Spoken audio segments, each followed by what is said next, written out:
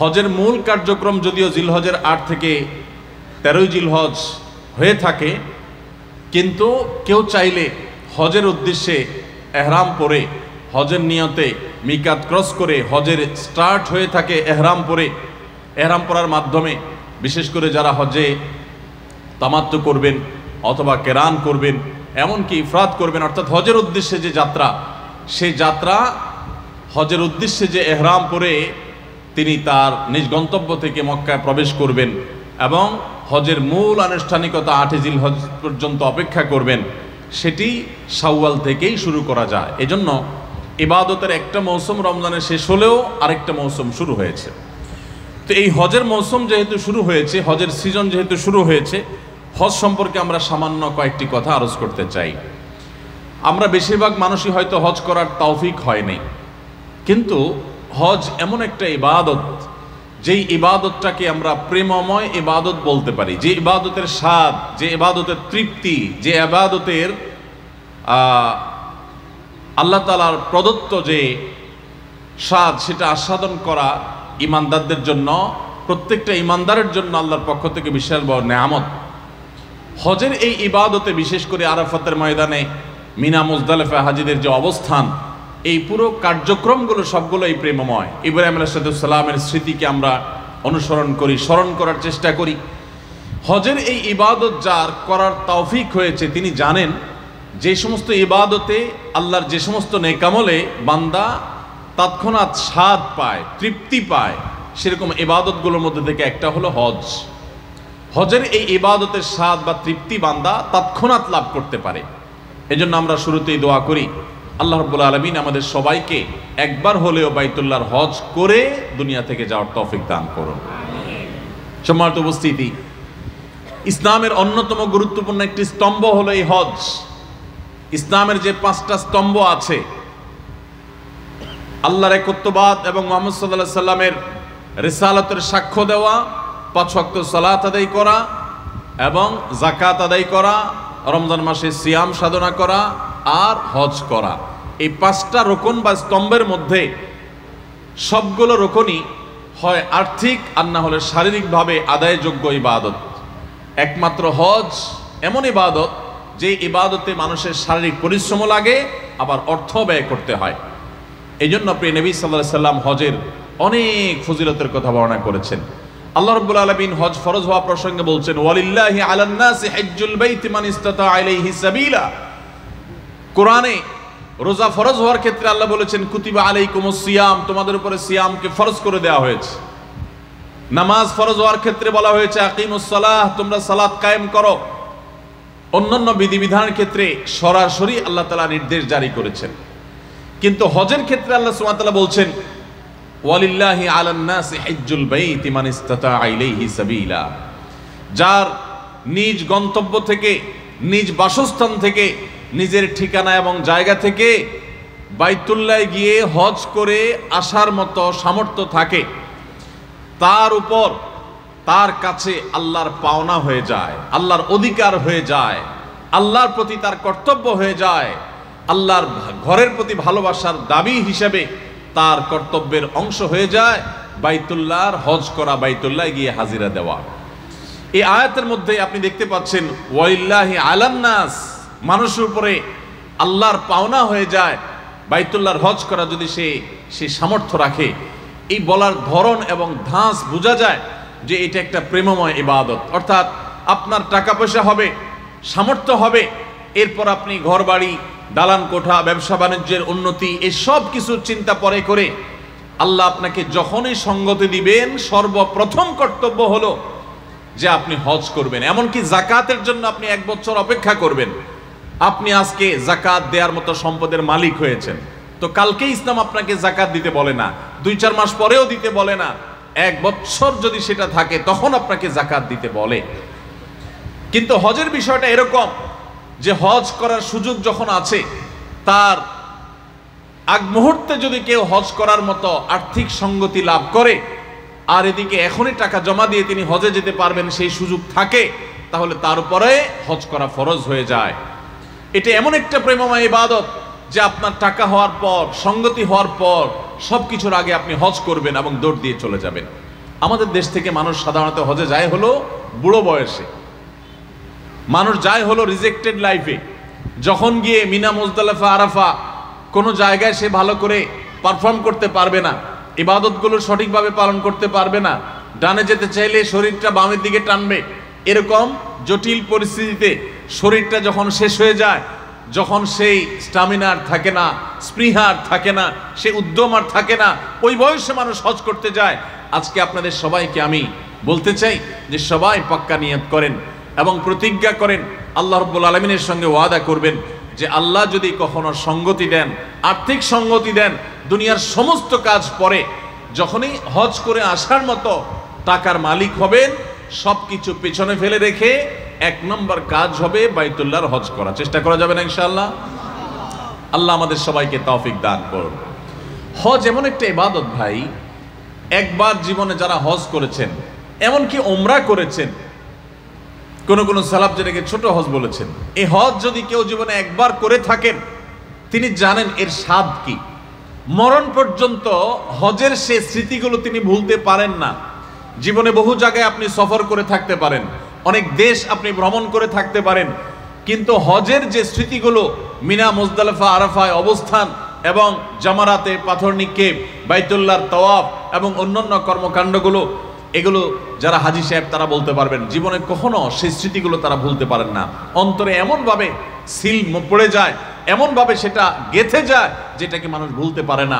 এই জন্য যাদের জীবনে হজ করার তৌফিক হয় নাই, তারা আল্লাহর কাছে এখন থেকে চোখের পানি ফেলে দোয়া করতে থাকেন, আল্লাহ তোমার বাইতুল্লাহর জিয়ারত করা ছাড়া, হজ করা ছাড়া তুমি দুনিয়া থেকে নিও না।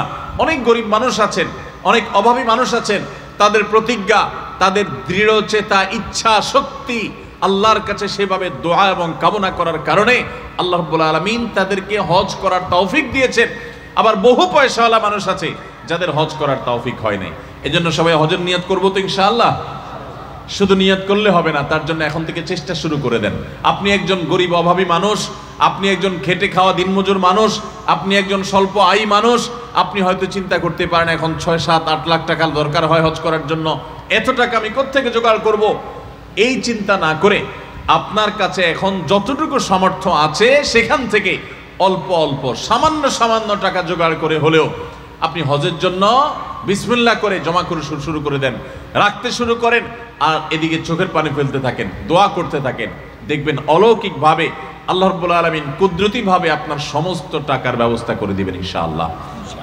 ভাইরা আমার, ইসলামের 5টি স্তম্ভের মধ্যে থেকে এই স্তম্ভটা অত্যন্ত গুরুত্বপূর্ণ, অত্যন্ত গুরুত্বপূর্ণ।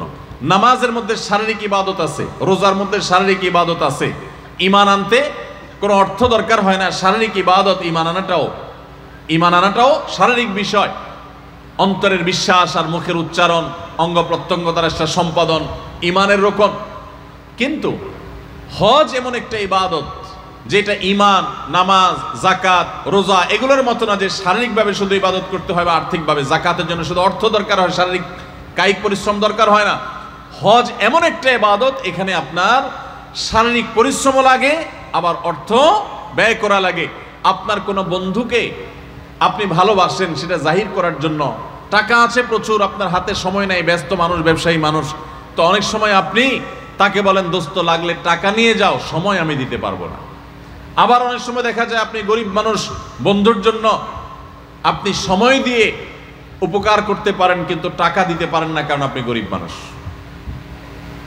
কিন্তু যদি কখনো বন্ধুর জন্য আপনি শারীরিক ইবাদত, শারীরিক উপকারিতা, সময় দিয়ে আপনি তাকে উপকার করতে পারেন, আবার অর্থ দিয়ে উপকার করতে পারেন, এই জিনিসটা আপনার জন্য যেরকম ভালো লাগে কাজ করবে, সত্যিকারের বন্ধুর পরিচয় আপনি দিতে পারবেন। ঠিক একইভাবে আল্লাহর ইবাদত যেগুলোতে অর্থ লাগে না, শুধু শারীরিক ইবাদত করা যায়, অনেকেই করতে পারে। আবার কিছু ইবাদত আছে যেগুলা আর্থিক ইবাদত, বড় লোকরা যাকাত দিতে পারে, দান করতে পারে, কিন্তু নামাজ পড়ার সময় পায় না। কিন্তু যাকাত এমন একটা হজ এমন একটা ইবাদত যেখানে দুইটারই সমন্বয় আছে। এই জন্য হজের এই ইবাদত সম্পর্কে নবী করিম সাল্লাল্লাহু আলাইহি সাল্লামের অনেকগুলো হাদিস রয়েছে, অনেকগুলো ফজিলত এবং মর্যাদাপূর্ণ বর্ণনা আমরা দেখি। এর ভিতরে একটা হাদিস হলো যেটা আমি পড়লাম, মান হাজ্জা ফালাম ইয়ারফুস ওয়ালাম ইয়াফসুক, যে ব্যক্তি বাইতুল্লাহর হজ করলো, সেখানে কোনো পাপাচারে লিপ্ত হলো না, কোনো গুনাহের কাজে লিপ্ত হলো না, নারী গতিতে কোনো অপরাধে লিপ্ত হলো না, তাহলে সে ব্যক্তি হজ করে যখন ফিরে আসে, ফ্রেশ হজ করতে পারলে, ত্রুটিমুক্ত হজ করতে পারলে মায়ের পেট থেকে ভূমিষ্ঠ হওয়া সদ্য নবজাতক শিশুর মতো নিষ্পাপ হয়ে সে ফিরে আসে। অন্য হাদিসে নবী সাল্লাল্লাহু আলাইহি ওয়াসাল্লাম বলেছেন, আল হাজ্জুল মাবরুর লাইসা লাহুল জাযাউ ইল্লাল জান্নাহ। একটি ভালো হজ, যে হজ ত্রুটিমুক্ত, যে হজ বিভিন্ন আমল দ্বারা পরিপূর্ণ, এরকম একটা হজের বিনিময় আল্লাহর কাছে জান্নাত ছাড়া আর কিছুই নয়। এর বিপরীতে ওমর রাদিয়াল্লাহু তাআলা আনহুর একটি বর্ণনা রয়েছে, যদি কেউ হজ করার সামর্থ্য রাখে অথচ সে হজ করলো না, তাহলে সে ইহুদি হয়ে কিংবা খ্রিস্টান হয়ে কিংবা অন্য ধর্মাবলম্বী মানুষ হয়ে বেঈমান হয়ে মারা যায়, এতে আল্লাহ বা তার রাসূলের কিছু যায় আসে না। অত্যন্ত ভয়াবহ সতর্কবাণী। এজন্য ভাইরা আমার, আমাদের সমাজে অনেক মানুষ আছেন যাদের হজ ফরজ হয়ে গেছে, তারা হজকে বিলম্ব করেন। কেন বিলম্ব করেন? একসময় আমরা শুনতাম যে মেয়ে বিয়ে দেওয়া ছাড়া হজ করা যায় না, অথচ এগুলা ভিত্তিহীন কথা। আপনার হজ করার মতো সামর্থ্য হয়ে গেছে, বিয়ের উপযুক্ত মেয়ে আছে, হয়তো তার বিয়ে হয় নাই, আরো 2 বছর দেরি হবে, কখন হবে আল্লাহ ভালো জানে। আপনি তার জন্য অপেক্ষা করবেন না, দ্রুততার সাথে আপনি হজে চলে যাবেন। ঠিক একইভাবে অনেকে মনে করেন যে জোয়ান বয়সে হজ করা যায় না। কেন জোয়ান বয়সে হজ করা যায় না? কারণ জোয়ান বয়সে হজ করে ফেললে, এত সকাল আমরা ভালো হয়ে গেলে, হজ করে গেলে, অনেকে মনে করে হজ করে ফেললে আর আকাম কুকাম করা যায় না, খারাপ কাজ করা যায় না। তো আগে ভাগে হজ করে ফেললে ব্যবসা বাণিজ্য করতে গিয়ে, চাকরি বাকরি করতে গিয়ে ঘুষ, দুর্নীতি, 2 নম্বরই কাজ কেমনে করবো? এই জন্য হজ বুড়া বয়সে করে, যে সমস্ত অপকর্ম করে শেষ করে, 2 নম্বরই কাজ সব করে শেষ করে, এরপরে বুড়া বয়সে যখন ফেরেশতা হওয়ার নিয়ত করব, তখন যায় মক্কা যায় একটা হজ করে আইসা একেবারে লম্বা দাড়ি, টুপি, রুমাল, জুব্বা লাগায়া তাসবিহ হাতে নিয়ে মসজিদে বসে আমরা ফেরেশতা হয়ে যাব। এইরকম অনেক মানুষ নিয়ত করে কি করে না? আমার প্রশ্ন হলো, হজ করলে আর অপকর্ম, খারাপ কাজ, আকাম কুকাম করা যাবে না, কে বলছে আপনাকে? কোথায় পাইছেন? আমি তো কোথাও পাই নাই। কোরআন হাদিসে কোথাও লেখা নাই যে হজ করলে আর আকাম কুকাম করা যাবে না। অপকর্ম, খারাপ কাজ এগুলো হজ করলেও করা যাবে না, হজ না করলেও। অপকর্মের সাথে হজের কোনো সম্পর্ক নাই। হজ না করলে কি গুনার কাজ করা যাবে নাকি? সর্বাবস্থায় করা যাবে না। এই জন্য ভাই, শয়তান আমাদেরকে নানাভাবে আমাদের হজকে বিলম্বিত করে। যারা হজে গেছেন তারা জানেন, মক্কা মদিনায় শুধুমাত্র বাংলাদেশি আর কিছু ইন্ডিয়ান হাজি দেখা যায় যে তারা বুড়ো বয়সে হজ করতে গেছে। পৃথিবীর কোনো দেশে এত বৃদ্ধ হাজি দেখা যায় না যত বৃদ্ধ হাজি দেখা যায় এই বাংলাদেশের। সারা পৃথিবীর মানুষদেরকে দেখবেন হজ করতে আসছে, তারা ইয়াং বয়সে হজ করতে আসে। আর বাংলাদেশে সবাই যায় কোন বয়সে? বুড়ো বয়স। সরকারি চাকরি করে ঘুষ, দুর্নীতি, চুরি, ডাকাতি সব শেষ করে এরপরে রিটায়ারমেন্টের পরে উনি যায় সেখান থেকে সিল মারায় ফেরেশতা হওয়ার জন্য। সারা জীবনের কালো টাকা সব সাদা করার জন্য যান। একবার না 50 বারও যদি হজ করেন, তো সারা জীবনের দুর্নীতি করে কামানো টাকার একটা টাকাও আল্লাহর কাছে হালাল হবে না, সাদা হবে। এই জন্য হজকে বিলম্ব করবেন না। নবী আলাইহিস সালাম বলেছেন, তোমরা বাদিরু ইলাল হজ, দ্রুততার সাথে হজ করে শেষ করো। ফাইন্নাহু লা ইয়াদরি আহাদুকুম মা ইয়ারিদুলাহ, কারণ তোমাদের কেউই জানে না তার জন্য কি অপেক্ষা করছে। হয়তো কোনো দুর্ঘটনা, হয়তো কোনো অ্যাক্সিডেন্টের কারণে তিনি আর হজ করতে পারবেন না। এজন্য হজ বিলম্ব করার কোনো সুযোগ নাই। আল্লাহ তাআলা আমাদের সবাইকে বাইতুল্লাহর হজ করার তৌফিক দান করুন। ভাইরা আমার, হজ কার উপরে ফরজ হয়? হজ ফরজ হয় ওই ব্যক্তির উপরে যাকে আল্লাহ রাব্বুল আলামিন হজের মৌসুমে হজ করে আসার মতো, হজ করে ফিরে আসার মতো আর্থিক সঙ্গতি দিয়েছেন। তিনি প্রাপ্তবয়স্ক মুসলমান পুরুষ, আর নারী হলে তিনি তার আসা এবং পাশাপাশি তার সাথে একজন মাহারামকে নিয়ে যাওয়া, নিয়ে আসার মতো টাকার মালিক হলে। এখনকার বাজার দর অনুযায়ী হজের যে খরচ, সেটা অনুযায়ী আমরা বলতে পারি যে 6.5 লাখ 7 লাখ টাকা হলেই হজ ফরজ হয়ে যায়। মহিলাদের হজ ফরজ হওয়ার জন্য মাহরাম সাথে নিতে হয়, এই জন্য তার হবে ডাবল টাকা হলে তখন, অর্থাৎ 7 দুগুণে 14 লাখ হলে তখন তার উপরে হজ ফরজ হবে। কিন্তু এখানে একটা সূক্ষ্ম বিষয় আছে, সেটা হলো আজ থেকে ধরেন 10 বছর 15 বছর আগে যখন 2.5 লাখ 3 লাখ 4 লাখ টাকায়ও হজ করা যেত, বা আরো কম টাকা হজ করা যেত এক সময়, ওই সময় আপনার কাছে সেরকম টাকা আসছে কিন্তু আপনি করেন নাই, করছি বলে পিছাইছেন, এখন 7-8 লাখ টাকা হয়ে গেছে, তাইলে হজ মাফ নাই, হজ ফরজ হয়ে গেছে। তখন সামর্থ্য ছিল, আপনি করেন নাই, বিলম্ব করেছেন, অতএব এখন আপনাকে সেটা করতে হবে। এই যে বিলম্ব করেছেন এর জন্য আপনি গুনাহগার হবেন এবং আপনাকে যে কোনো মূল্যে এখন হজ করতে হবে। আর যদি কেউ ঋণগ্রস্ত থাকেন তাহলে তার যেই টাকা তার কাছে আছে, ঋণটা যদি হয় নগদ আদায়যোগ্য ঋণ, এমন ঋণ না যেটা দীর্ঘমেয়াদে পরিশোধযোগ্য, যেমন মোহরের টাকা ঋণ আছেন স্ত্রীর কাছে, অথবা কিস্তিতে কোনো কিছু নিয়েছেন মাসে মাসে দিচ্ছেন, এটা দীর্ঘমেয়াদে আদায়যোগ্য বিষয়, এরকম না। বরং আপনার কারোর কাছে ধার দেনা আছে যেটা এখনই দেওয়া কর্তব্য, দেওয়া উচিত, এদিকে আপনার কাছে টাকা আছে, তাহলে যে টাকা আছে এটা দিয়ে দেনা শোধ করার পর যদি টাকা থাকে হজ করার মতো তাহলে ফরজ, আর না থাকলে তখন ফরজ না। আমাদের দেশে অনেকে আবার হজ করে, উমরা করে, কিন্তু ফরজ ধার দেনা দেওয়ার খবর রাখে না। আল্লাহ তাআলা আমাদেরকে ইসলামকে সঠিকভাবে বুঝা এবং মানার তৌফিক দান করুন। ভাইরা আমার, হজের এই ইবাদতের ফজিলত এবং মর্যাদা নিয়ে অনেক কথাই বলা যায়, কিন্তু আমাদের হাতে খুবই সময় কম। শুধুমাত্র আমরা এটুকু আরজ করলাম যে ইসলামের এই গুরুত্বপূর্ণ রোকন, এই স্তম্ভ, এটা জীবনে একবার হলো আদায় করবেন। আর যাদের তৌফিক আছে তারা বারবার এই হজের ইবাদতটি, এই হজের কাজটি সম্পাদন করবেন। আল্লাহ আমাদের সবাইকে বাইতুল্লাহর হজ একবার নয় বারবার করে দুনিয়া থেকে যাওয়ার তৌফিক নসিব করুন। সবাই চেষ্টা করবো তো ইনশাআল্লাহ, সবাই নিয়ত করবো তো ইনশাআল্লাহ। অনেকে আছেন নিজের টাকা পয়সা হওয়ার পর তিনি হজ করার জন্য অপেক্ষায় করেন। কিসের জন্য অপেক্ষা? যে বাবারে আগে হজ করাবো, মাকে আগে হজ করাবো, তারপর আমি নিজে হজ করব। তো এই যে মা বা বাবাকে হজ করায় তারপর নিজে হজ করব, এটা হলো একটা ভুল চিন্তা। কারণ হজের সাথে বাবা মাকে হজ, নিজের হজের সাথে বাবা মাকে হজ করানোর কোনো সম্পর্ক নাই। আমাদের দেশে মানুষ অনেকে মনে করেন যে আমি যদি হজ করে ফেলি তাহলে বাবা মা মনে কষ্ট পাবে। অনেক মুরব্বীরা আছেন যে তারা আসলেই মনে কষ্ট পান, মনে করেন যে ছেলেটা বেয়াদব, যে সে আমাকে হজ না করাইয়া তার মাকে হজ না করাইয়া নিজে হজ করতে গেছে। এটা আমাদের কুসংস্কারাচ্ছন্ন বিশ্বাস, ভুল ধারণা। আপনার হজের সাথে আপনার বাবা মায়ের হজের কোনো সম্পর্ক না, যে বাবা মাকে আগে হজ করাইতে হবে, কোনো জরুরি না। হজ এটা একটা এমন ইবাদত যেটার সাথে অর্থের সম্পর্ক। বাবা মার অর্থ করি নাই, তাদের হজ করার মতো টাকা পয়সা নাই, সামর্থ্য নাই, তাহলে তাদের উপর হজ ফরজ না। আপনার টাকা হয়েছে, আপনার উপরে ফরজ হয়ে গেছে। এখন আপনি যদি বাবা মাকে করান, নফল হবে সেটা আপনার জন্য এবং তার জন্য, কিন্তু আপনারটা করা ফরজ। ফরজ বাদ দিয়ে নফল করলে তাতে সওয়াবের পরিবর্তে গুনাহ হওয়ার আশঙ্কা আছে। মুরব্বীরা যারা ভুল বুঝেন, ছেলেদের উপরে মনে কষ্ট পান, অযথাই তাদেরকে বদদোয়া করেন এবং তাদেরকে এটা নিয়ে চাপে রাখেন যে বাবা মা বাবারে হজ না করে তুমি কি বাবা আগে হজ করো, এগুলো আপনাদের ভুল।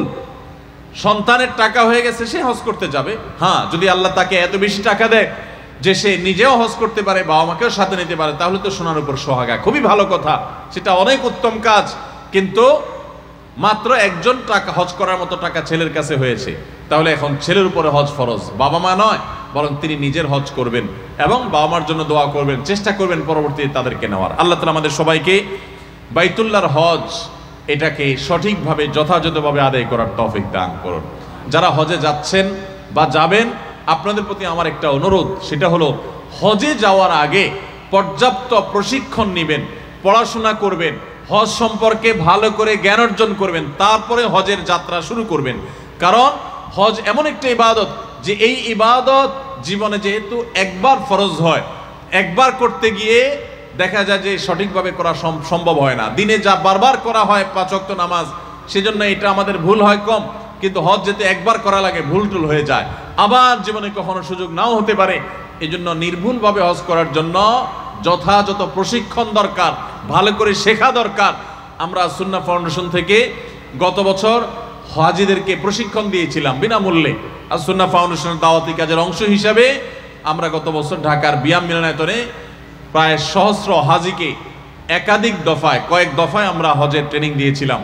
এই বছর আমরা চিন্তা ভাবনা করছি চট্টগ্রাম বিভাগের মানুষদের সুবিধার্থে, তাদের অনেকের জন্য ঢাকায় গিয়ে ট্রেনিং নেওয়া কঠিন, তো চট্টগ্রামে কোনো একটা জায়গা যদি সম্ভব হয়, আমরা আল্লাহর ঘরের মেহমানদেরকে কিভাবে তারা হজ সম্পাদন করবেন সেটা আমরা ট্রেনিং দিতে চাই, যদি আল্লাহ তৌফিক দান করেন।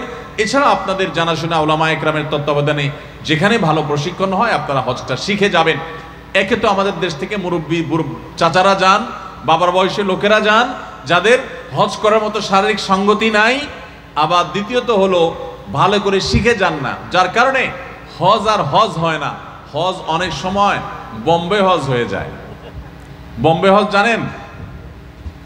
এক সময় নাকি হাজি সাহেবরা যখন পায়ে হেঁটে জাহাজে করে ভেঙে ভেঙে যেতে হতো, মাসকে মাস লাগতো, তখন অনেক হাজি বাংলাদেশ থেকে যখন যেতেন কলকাতায়, নাখোদার মসজিদ নামে একটা মসজিদ আছে, এখানে নাকি হাজি সাহেবরা অবস্থান করতেন। ওই মসজিদে আমি যাওয়ার সুযোগ হয়েছে। তো এরপরে আবার হাঁটতে হাঁটতে দীর্ঘ পথ পাড়ি দিতেন, একটা পর্যায়ে মুম্বা পর্যন্ত যেতেন, তারপরে জাহাজে করে সমুদ্র পাড়ি দিতেন, আবার হাঁটা শুরু করতেন। তো এই দীর্ঘ পথ যেতে যেতে অনেক হাজি অসুস্থ হয়ে যেত।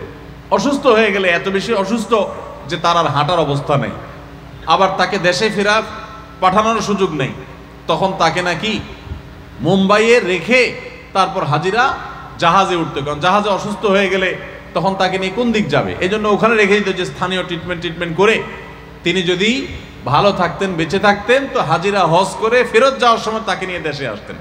তো দেশে আসার পর সবাই তো মক্কা মদিনা যায় হজ করে আসছে, আর এই লোক যারা মুম্বাই রাখছে আবার হাজিদের সাথে ফেরত চলে আসছে, তার নাম দিত এলাকার মানুষ বোম্বাই হাজি। সে বোম্বাই থেকে ফেরত এসেছে। তো হজ যদি ভালো করে প্রশিক্ষণ না নেন, শিখে না যান, সুস্থ সবল সময়ে না যান, তাহলে মক্কার হাজি না হইয়া বোম্বাই হাজি হওয়া লাগবে। বোম্বাই হাজি হবেন না মক্কার হাজি হবেন? আল্লাহ তাআলা আমাদের সবাইকে সঠিকভাবে বাইতুল্লাহর হজ সম্পাদন করার তৌফিক দান করুন। যেহেতু রমজানের পরে আরেকটা ইবাদতের মৌসুম শুরু হয়ে গেল, সেজন্য হজ কার উপরে ফরজ হয়, কখন ফরজ হয়, ঋণগ্রস্ত ব্যক্তির উপর হজ ফরজ হয় কিনা, মেয়েদের হজ কখন ফরজ হয়, এই পুরো বিষয়গুলো আমরা জানাবার চেষ্টা করেছি। আল্লাহ তাআলা আমাকে, আপনাকে, আমাদের সবাইকে আমলের তৌফিক দান করুন। সম্মানিত ভাইরা, যে সমস্ত প্রশ্ন আসছে আমরা চেষ্টা করছি অল্প অল্প করে উত্তর দেওয়ার, কারণ সময় খুবই কম। এর মধ্যে দেখি যতগুলো প্রশ্নের উত্তর দেওয়া যায়, প্রশ্নের উত্তর দেওয়ার পর পুরস্কার বিতরণী হতে পারত, কিন্তু সময়ের অভাবের কারণে সেটা সম্ভব হবে না। আমরা শুধু প্রশ্ন উত্তর দিয়ে শেষ করব। বিসমিল্লাহ। প্রথম প্রশ্ন হলো, গীবতের শাস্তি কি? এ সম্পর্কে জানালে উপকৃত হব। গীবতের শাস্তি কি? গীবতের পরিচয় জানেন তো আপনারা? যেটা আমাদের কাছে এখন ঘি ভাত হয়ে গেছে, সেটা হলো আসলে কি? গীবত। নবী করিম সাল্লাল্লাহু আলাইহি সাল্লাম বলেছেন, আতাদরুনা মাল গীবাহ? তোমরা কি জানো গীবত কাকে বলে, গীবতের পরিচয় কি? তখন সাহাবায়ে কেরাম বলেছেন, আল্লাহ রাসূল সাল্লাল্লাহু আলাইহি সাল্লামের উপর ন্যস্ত করেছেন উত্তর দেওয়া। তিনি নিজে উত্তর দিচ্ছেন যে গীবত হলো যিকরুকা আখাকা মা ইয়াকরাহুহু, কোন ব্যক্তির পেছনে, তার অগোচরে, তার অনুপস্থিতিতে এমন কিছু বলা যেটা তিনি শুনলে মনে কষ্ট পাবেন, এটার নামে কি? গীবত। তাহলে গীবতের জন্য কাউকে বদনামি করা, সে অর্থে বদনামি করাও জরুরি না, শুধুমাত্র কারোর পেছনে এমন কিছু বললেন যেটা তিনি শুনলে মনে কষ্ট পাবেন। যেমন লোকটা খাটো, আপনি তার পিছনে বললেন, ওই যে বাইটটা, এই যে বললেন না, এটাই গীবত হয়ে গেছে, কারণ এটা তার সামনে এভাবে বললে তিনি মনে কষ্ট পাইতেন। তো এই যে কারোর পেছনে তার মন্দ কিছু বলাটা গীবত, এটা যদি সত্য কথাও হয় তারপরেও গীবত হবে, বরং সত্য হলেই গীবত হবে। আর যদি তার পেছনে কোনো মিথ্যা কথা বলেন, তাহলে সেটা হবে মিথ্যা অপবাদ, গীবতের চাইতে আরো জঘন্য গুনাহ। এই গীবত কবিরা গুনাহ, এটা মহা অপরাধ, ভয়ঙ্কর অপরাধ। আপন মৃত ভাইয়ের গোশত খাওয়া যেরকম জঘন্য অপরাধ, নোংরা গুনাহের কথা, কারোর গীবত করা ঠিক সেরকম গুনাহের কথা। আল্লাহ তাআলা কোরআনে এর সাথে এটাকে গীবতকে তুলনা করেছেন। এজন্য ভাই, গীবত থেকে আমাদের বেঁচে থাকতে হবে। যারা গীবত করে, শয়তান তাদেরকে দুইটা মাসআলা সাপ্লাই করে। তাদের নিজের কাজটা যাতে দোষের মনে না হয়, সেজন্য শয়তান তাদেরকে দুইটা মাসআলা ডেলিভারি করে। তার একটা হলো, শয়তান বলে যে আমি যার পেছনে সমালোচনা করতেছি, এটা তো আমি সত্য বলতেছি, মিথ্যা বলতেছি না।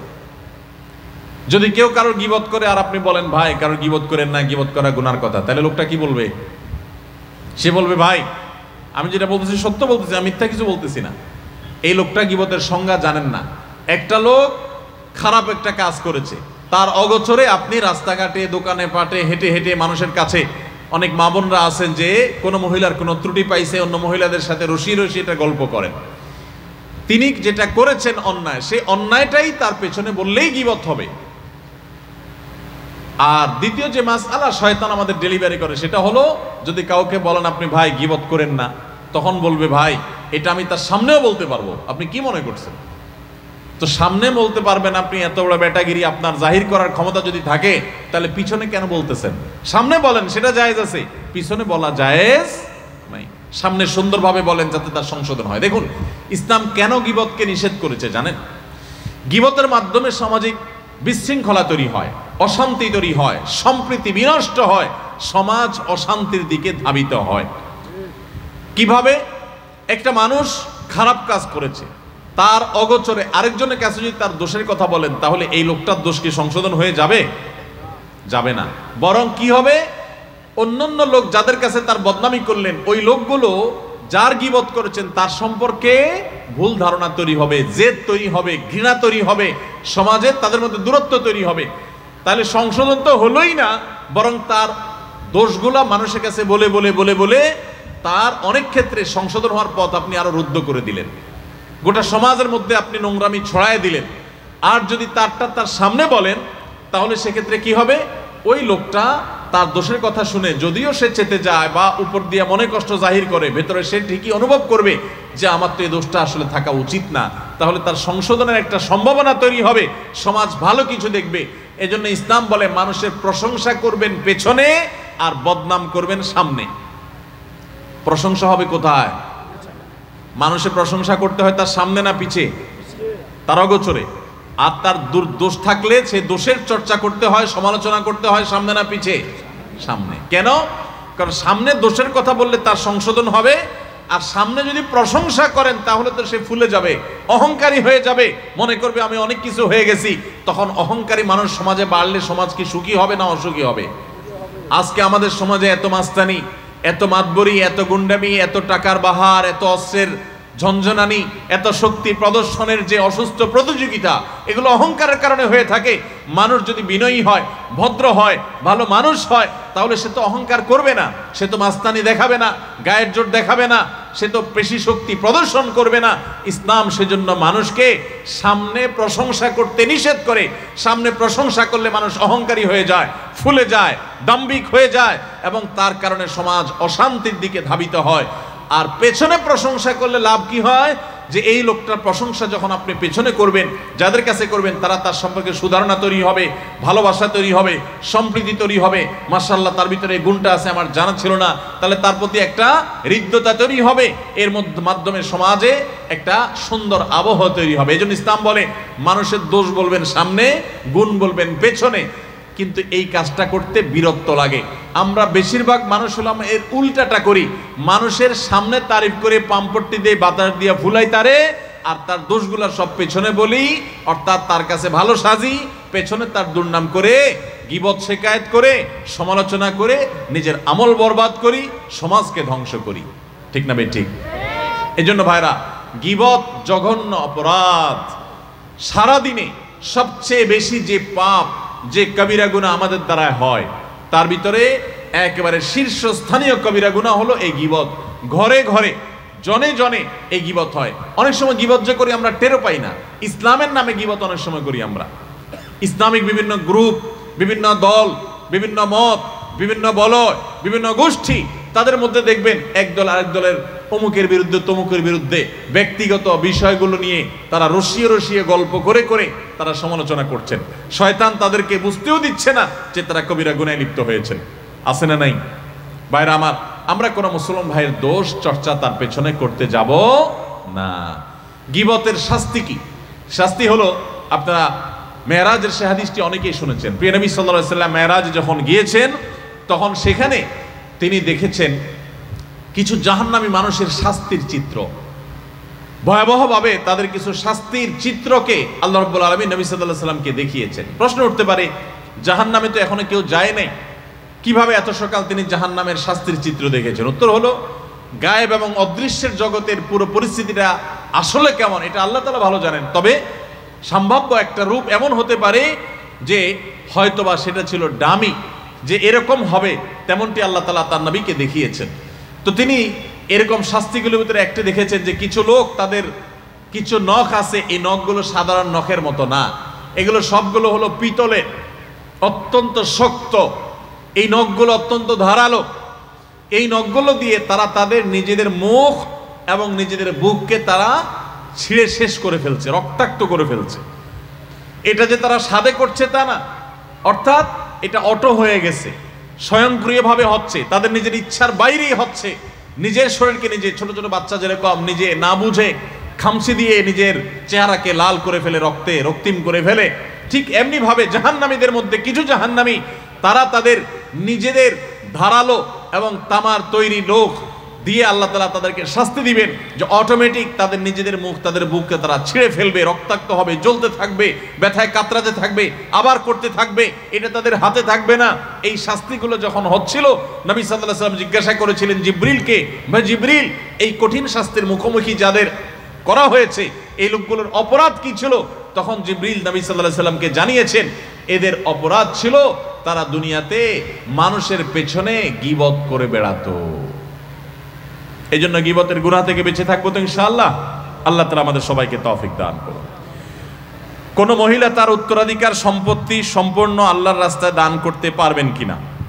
বিশেষ দ্রষ্টব্য, ওই মহিলার 2 ছেলে এবং 2 মেয়ে রয়েছেন। দেখুন, কোন মহিলা হোক কিংবা পুরুষ যেই হোক না কেন, তার যদি সমস্ত সম্পদ, সমুদয় সম্পত্তি তিনি আল্লাহর রাস্তায় দান করে দিতে চান, একটা মসজিদ, একটা মাদ্রাসা, ধর্মীয় কোনো কাজ, ইসলামের উন্নয়নের কোনো কাজ, আল্লাহর দ্বীন বুলন্দ করার জন্য কোনো গুরুত্বপূর্ণ ভালো কাজে তিনি তার সমস্ত সম্পদ যদি দান করে দিতে চান, এটা জায়েজ আছে, যদি তার এই দানের কারণে মিরাজ যারা পাবে, অর্থাৎ ওয়ারিস যারা হবে, তারা কোনো প্রকার তাদেরকে ক্ষতিগ্রস্ত করার উদ্দেশ্য যদি না হয়। আপনার সম্পদ সবটুকু আপনি দান করলে জায়েজ আছে, তবে উত্তম হলো নিজের পরিবারের সদস্য, বিশেষ করে রক্ত সম্পর্কীয় যারা ওয়ারিস, ছেলে মেয়ে, এরকম ওয়ারিসদের জন্য কিছু সম্পদ রেখে যাওয়া, এটাই হলো উত্তম। নবী করিম সাল্লাল্লাহু আলাইহি ওয়াসাল্লাম একজন সাহাবীকে বলেছেন যে তোমার ওয়ারিসদের জন্য, ওয়ারিসদেরকে ধনী করে রেখে যাওয়া, সচ্ছল করে রেখে যাওয়া, যাতে কারোর কাছে হাত পাততে না হয়, এটা অধিকতর উত্তম তাদেরকে গরিব করে রেখে যাওয়ার চাইতে। এখন কেউ যদি তার সমুদয় সম্পদ দান করে দিলে সন্তানরা গরিব হয়ে যাবে, অভাবী হয়ে যাবে, অসহায় হয়ে যাবে এবং ওদের কাছে ছোট হয়ে যাবে, তাহলে সেক্ষেত্রে সেটা কিন্তু অনুচিত কাজ হবে, অনুত্তম। কিন্তু করলে সেটা জায়েজ হবে এবং এটা হারাম হবে না।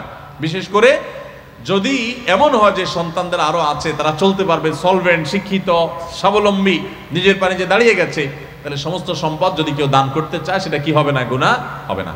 কিন্তু যদি ওসিয়ত করতে চায় সেটা ভিন্ন বিধান আসবে। ওসিয়ত করতে চাইলে পরিষ্কারভাবে নবী সাল্লাল্লাহু আলাইহি ওয়াসাল্লাম হাদিস রয়েছে, 3 ভাগের 1 ভাগ সমুদয় সম্পদের 1/3 ওসিয়ত কার্যকর হবে। তিনি যদি বলেন আমার সমস্ত সম্পদ দিয়ে গেলাম, 3 ভাগের 1 ভাগ এর মধ্যে ওসিয়ত কার্যকর হবে, আর বাকি 2 ভাগ ওয়ারিস এবং জীবিত আত্মীয়স্বজন যাদের হক আছে তাদের মধ্যে বন্টন করা হবে। শ্বশুর বাড়ি থেকে কোরবানির গরু গিফট নেওয়া যাবে কিনা?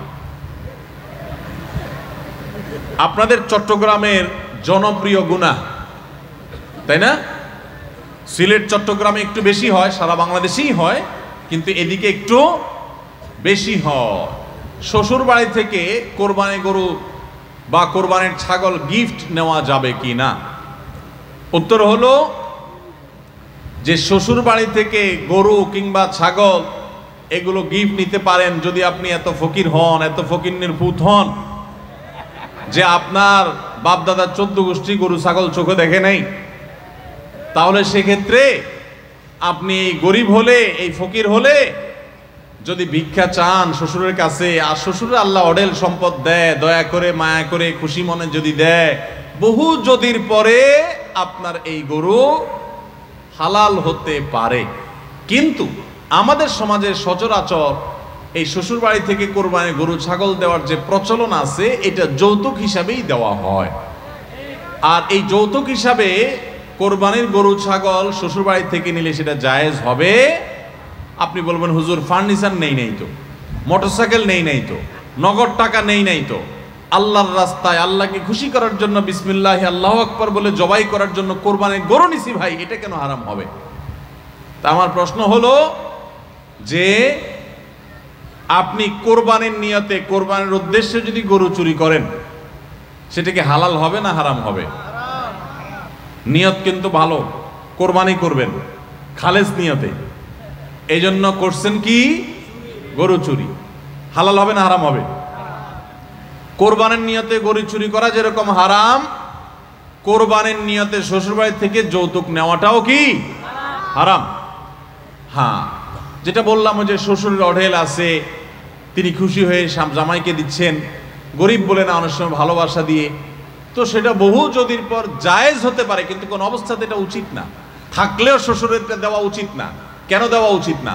কারণ এটা রীতিমতো একটা প্রতিষ্ঠিত যৌতুকে পরিণত হয়েছে। আপনি যখন দিবেন, সমাজে একজন গরিব বাবা তিনি দিতে পারবেন না, তখন তিনি সুদের টাকা নিয়ে হলেও মেয়ের মুখ রক্ষা করার জন্য দিবেন। যে সমস্ত ফ্যামিলিতে ছেলের বউকে কোরবানির গরু, কোরবানির ছাগলের জন্য চাপ দেন, আপনার জীবনে গোশত এত কম খাইছেন, এত গরিব মানুষ আপনি। আমি এর আগে সিলেটে বলেছিলাম ইফতার প্রসঙ্গে, আজকে এখানে বলে যাচ্ছি, যাদের কোরবানির গোশতের এত টান পড়ছে, তল পড়ছে, তারা ছেলের বউ পুত্রবধূকে এটার জন্য পিড়াপিড়ি না করে, তার বাপকে বাধ্য না করে আস-সুন্নাহ ফাউন্ডেশনের কাছে দরখাস্ত লেখেন। আমি দায়িত্ব নিয়ে বলতেছি, আপনার মতো ফকিরকে দেওয়ার জন্য আমরা গোশত কালেকশন করি। প্রতি বছর আমরা শত শত গরু ছাগল সারা দেশে জবাই করি। আপনাদের এই চট্টগ্রামে, সাতকানিয়াতেও আমাদের গরু ছাগল জবাই হয়। আপনি যদি এলাকার মানুষ হন আর এত গরিব মানুষ হন, তো আল্লাহর হস্তে আমাদের সাথে যোগাযোগ করে বলেন যে হুজুর, আপনারা আল্লাহর হস্তে আস-সুন্নাহ ফাউন্ডেশন থেকে গোশত না দিলে আমি কিন্তু শ্বশুরবাড়ি থেকে আদায় করব। তাহলে আপনাকে আমরা ঠিকই গোশত দেব ইনশাআল্লাহ। তাহলে আল্লাহর হস্তে ভিক্ষা করবেন, সেটা অনেক বেশি আপনার তুলনামূলকভাবে উত্তম হবে শ্বশুরবাড়ি থেকে যৌতুক নিয়ে গরু ছাগল কোরবানি দেওয়ার চাইতে। আল্লাহ তাআলা আমাদেরকে বুঝার তৌফিক দান করুন। এই যৌতুকের বিরুদ্ধে আমাদের সংগ্রাম করতে হবে।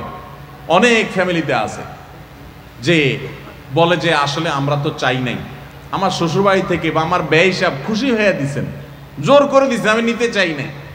ভাই, এখন এমন একটা সময় আমরা আসছি, এখন ঘুষ আর যৌতুক এই দুই জিনিস সবাই খুশি হয়ে দেয়। বুঝেন নাই কথা? ঘুষ আর যৌতুক এই দুইটা মানুষ কি হয়ে দেয়?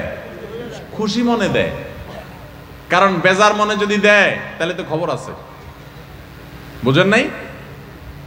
আমি কয়দিন আগে মক্কায় আমাকে এক ভাই, এই চট্টগ্রামেরই সম্ভবত এক ভাই আমাকে বললেন যে আমাদের ওই যে একটা বক্তব্য ছিল সিলেটের, যে কারোর যদি এত ইফতারের টান থাকে তো শ্বশুরবাড়িতে অর্থাৎ মেয়ের বাবার বাড়িতে ইফতার না চেয়ে আস-সুন্নাহ ফাউন্ডেশনের কাছে ইফতার চান। এই কথা কেউ কোনোভাবে লিখছে, সেটা ইমো বা এরকম কোনো জায়গাতে স্টোরি হয়ে গেছে, নিজের অজান্তে হয়তো টিপাটিপি করে স্টোরি হয়ে গেছে। তো যার স্টোরিতে ওটা ঝুলতেছে ওই লোকটা আবার কোনো মেয়ের বাবা।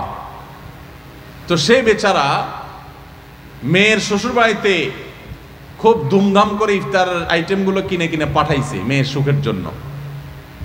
তো তার ব্যয়সাবরা ইফতারের আইটেমগুলো যখন গ্রহণ করতেছে, একই সময় তারা আবার দেখছে এই লোকের ইমোতে আমাদের ওই কথা লেখা যে ইফতারের তল পড়লে ফাউন্ডেশনের কাছে ভিক্ষা চান। তখন তারা ওই ইফতারের সবগুলো আইটেম নাকি ফেরত পাঠাইছে। সত্য ঘটনা, সবগুলা ফেরত পাঠাইছে। বলে যে আপনারা একদিক দিয়ে ইফতার দিবেন, আবার আরেক দিয়ে আমাদেরকে অপমান দিবেন ওই লোকের কথা দিয়া। এটা তো হয় না। তো আলহামদুলিল্লাহ, ঠেলায় পড়ে হোক, ইচ্ছায় হোক, অনিচ্ছায় হোক, যৌতুক সেটা ইফতারের নামে হোক আর কোরবানির নামে হোক আর খাট ফালাঙের নামে হোক, এটা আলহামদুলিল্লাহ বন্ধ হচ্ছে। এটি আমাদের জন্য সান্ত্বনার বিষয়, আনন্দের বিষয়। ভাইরা আমার, যারা মনে করেন যে খুশি হয়ে ব্যয় হিসাব দিছে, খুশি হয়ে ব্যয় হিসাব দিছে, কেন আপনার ব্যয় হিসাব আমার দিতে পারে না? আপনারা কেন দেয়? আর মানুষ খুঁজে পায় নাই রাস্তাঘাটে, আপনাকে কেন দিচ্ছে? বুঝতে হবে ডাল মে কুছ কালা হ্যায়। আপনাকে সাদে দিচ্ছে না, ওই মেয়েটার সুখের জন্য দিচ্ছে। জানে আপনি ऐसा ছোট লোকের ছোট লোক না দিলে উপর দিয়ে কিছু না বলেন, মেয়েটার কষ্ট হবে, তাকে নানাভাবে কষ্ট দিবেন। আপনি না দেন আপনার আত্মীয় স্বজন দিবে, অন্য মহিলারা খোঁচাবে এবং তার মুখটা ছোট হবে। এজন্য তার বাপ বাধ্য হয়ে দিচ্ছে। আল্লাহর ওয়াস্তে এই যৌতুক থেকে মুক্ত হওয়ার চেষ্টা করেন।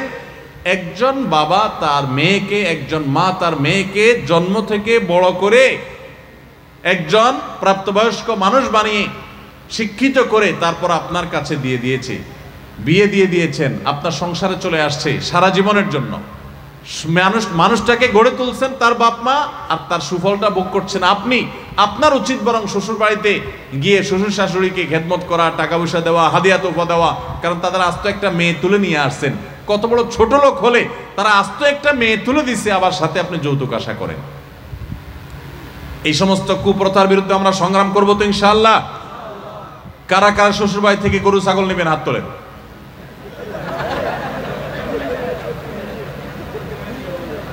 আপনারা নিবেন যারা হাত তুলছেন, কারা কারা নিবেন না তারা হাত তোলেন। আল্লাহ আমাদের সবাইকে অভিশাপ থেকে বেঁচে থাকার তৌফিক দান করুন, বলুন আমিন। খাবার খেতে খেতে টিভি বা মোবাইল ফোন দেখা জায়েজ আছে কিনা? দেখুন, এটা তো এখন একটা কমন একটা বিষয় হয়ে গেছে না, আমরা সবাই কম বেশি এই রোগের রোগী।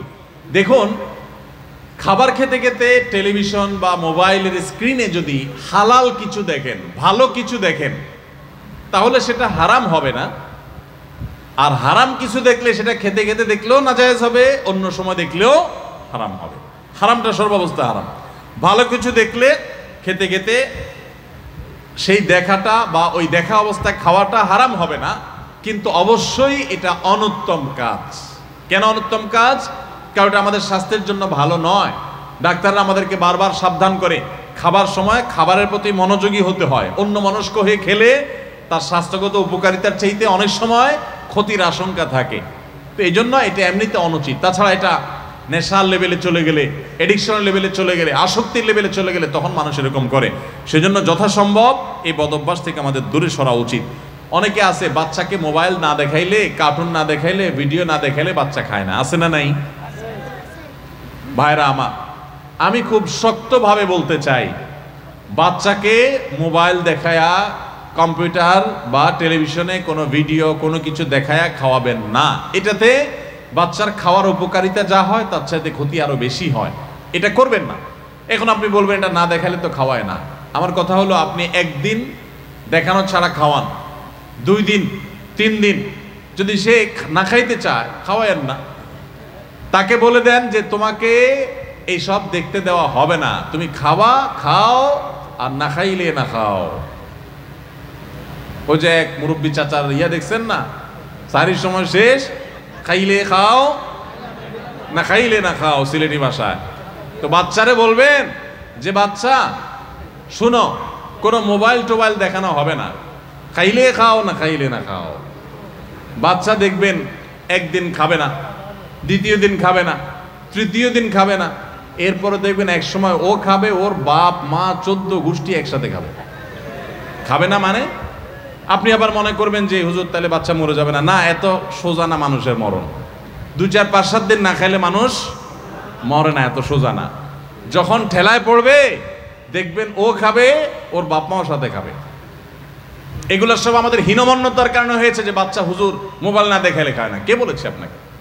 আলহামদুলিল্লাহ, আমি তো আমার ফ্যামিলিতে দেখি কই বাচ্চাদের মোবাইল দেখানো ছাড়া খাওয়ানো হয়, তারা খুব ভালো করে খায়। এই জন্য সৎ সাহস দরকার। বাচ্চাদের মোবাইল আসক্তি থেকে তাদেরকে বাঁচাবার জন্য নিজেরা মোবাইল আসক্তি থেকে দূরে সরতে হবে। আপনি সারাদিন ভূতের মতো মোবাইলে ডুব দিয়ে থাকবেন আর বলবেন হুজুর একটা দোয়া লিখে দেন, তাবিজ লিখে দেন, বাচ্চা যেন মোবাইল আসক্তি দূর হয়ে যায়। সম্ভব না। তাবিজ তো আপনার হাতে, আপনার কাছে। আপনি নিজে ছেড়ে দেন, বাচ্চা এমনিতে কি হবে, মানুষ হয়ে যাবে ইনশাআল্লাহ। ঘরে কোরআন রেখে স্বামী স্ত্রী সহবাস করা যাবে কিনা? ঘরে কোরআন থাকলে স্বামী স্ত্রী সহবাস তো অবশ্যই করা যাবে। এর কারণে কোনো গুনাহ হবে, হারাম হবে, ব্যাপারটা সেরকম না। এগুলো আমাদের অনেকের কুসংস্কারের জন্য বিশ্বাস মাত্র। আমার কিছু বন্ধুরা ঈদের বকশিশ দিয়ে অনলাইনে জুয়া খেলে সব টাকা নষ্ট করে নিজেদের টাকাও ধ্বংস করেছে। তারা এই মাহফিলেই উপস্থিত আছে, তাদের হেদায়েতের উদ্দেশ্যে কিছু বলবেন। মাশাআল্লাহ, আসামি হাজির একেবারে। এই যে আসামি যারা ঈদের বকশিশের টাকা দিয়ে কি করেছে, জি, যারা ঈদের বকশিশের টাকা দিয়ে তারা জুয়া খেলেছেন, হারাম কাজে ব্যয় করেছেন, সন্দেহাতীতভাবে তারা অপরাধী, তারা পাপিষ্ঠ এবং তারা গুনাহগার। আমাদের যে সমস্ত যুবক বন্ধুরা এই সমস্ত হারাম কাজে লিপ্ত হয়েছেন, অন্যায় কাজে লিপ্ত হয়েছেন, তাদের উচিত তওবা নাসুহা করা, তাদের উচিত অন্যায় থেকে ফিরে আসা, তাদের উচিত আল্লাহর কাছে ইস্তেগফার করা। কারণ জুয়া এটা শয়তানি কর্মকাণ্ড। আল্লাহ সুবহানাহু ওয়া তাআলা বলেছেন, ইন্নাল খামরু ওয়াল মাইসিরু ওয়াল আনসাবু ওয়াল আজলামু রিজসুম মিন আমালিশ শাইতানি ফাজতানিবু। নিশ্চয়ই শয়তানের কর্মকাণ্ড হলো মদ এবং জুয়াইশ বিষয়গুলো।